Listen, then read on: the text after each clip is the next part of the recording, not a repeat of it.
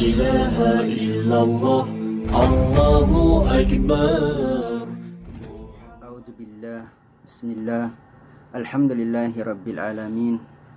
Allahumma la sahla illa ma ja'altahu sahla wa anta taj'alul hazna idza syi'ta sahla.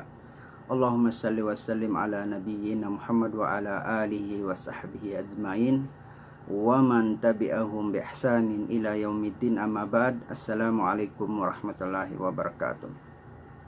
Mga kapatid namin sa pananampalatayang Islam, binabati po namin kayong lahat ng Assalamualaikum warahmatullahi wabarakatuh. Ang ating pong paksa na pag-uusapan ngayon ay tungkol sa tinatawag na usulus salasa. Actually mga kapatid, sa pananampalatayang Islam, ito ay natalakay na natin sa mga naunang video muhadara natin. Ngunit nais lamang po natin itong dagdagan ng kakaunting pagpapaliwanag nang sa ganun ay maging mas malinaw pa sa atin ang ating pag-unawa para dito. Ang usulus salasa, ang tatlong ugat na panuntunan ng reliyong Islam ay obligado ang lahat-lahat ng mga tao na ito ay kanilang malaman at kanilang maimplementa sa kanilang mga sarili. Ang una sa tatlong ugat na panuntunan ng reliyong Islam ay ang ma'arifatul abdi rabbahu. Obligado sa isang alipin na malaman, makilala ang kanyang Panginoon. At ang pagkilala sa nag-isang Panginoon, ang Allah Subhanahu wa Ta'ala, ay kung paano ito ipinakilala ng banal na Quran at ng hadis ng Propeta Muhammad sallallahu alaihi wasallam, ay ganun din dapat ang ating pagkilala sa Kanya. Sabi ng Allah Subhanahu wa Ta'ala sa banal na Quran, Ba'da a'udzu billahi minasyaitonir rajim, bismillahirrahmanirrahim. Qul huwallahu ahad, Allahus samad, lam yalid wa lam yulad wa lam yakul lahu kufuwan ahad. Sabihin mo, O Muhammad, ang Allah ay nag-iisa, wala siyang pangangailangan at siya ang sandigan ng lahat. Hindi siya ipinanganak at hindi siya nanganak at wala siyang katulad ni isa man lang sa kanyang mga nilikha. So ganun po ang pagpapakilala ng Allah Subhanahu wa Ta'ala sa kanyang mga katangian sa banal na Quran. So mas marapat sa atin na yun ang ating susundin at paniwalaan.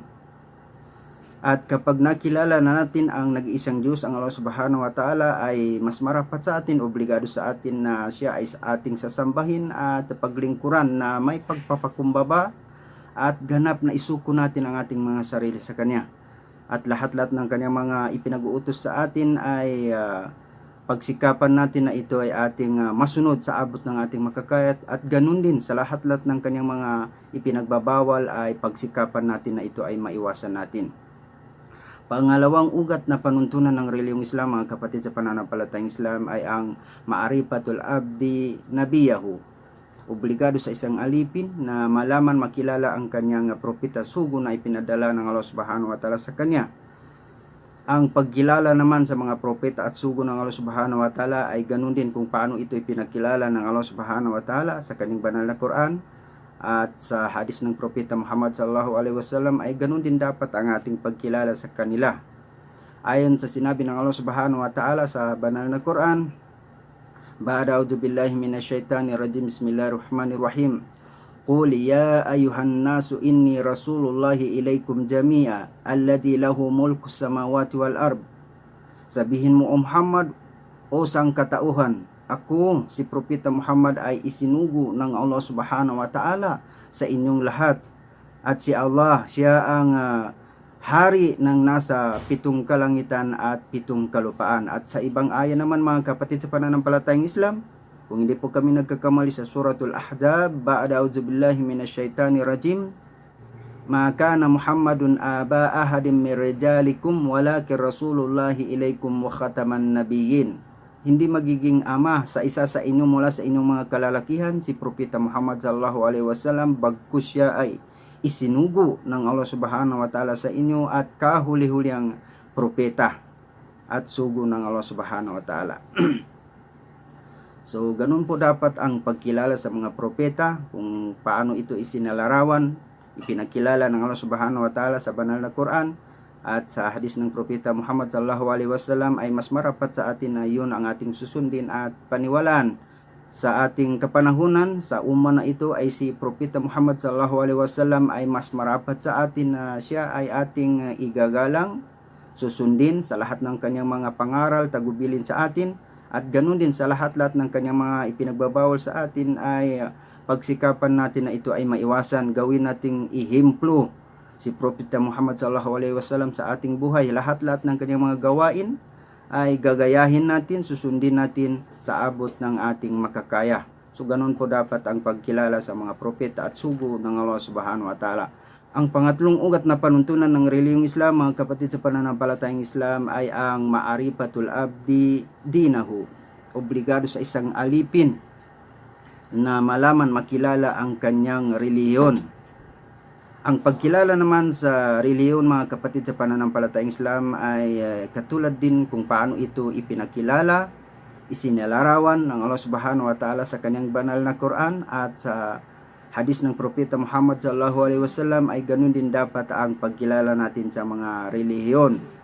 At tandaan natin na ang reliyong Islam ay mayroon itong mga alituntunin na kailangan ibase sa banal na Quran at sa sunna ng Propeta Muhammad sallallahu alaihi wasallam. Ito po ang pamantayan ng reliyong Islam, ay ang matibay na basihan mula sa Quran at sa hadis ng Propeta Muhammad sallallahu alaihi wasallam.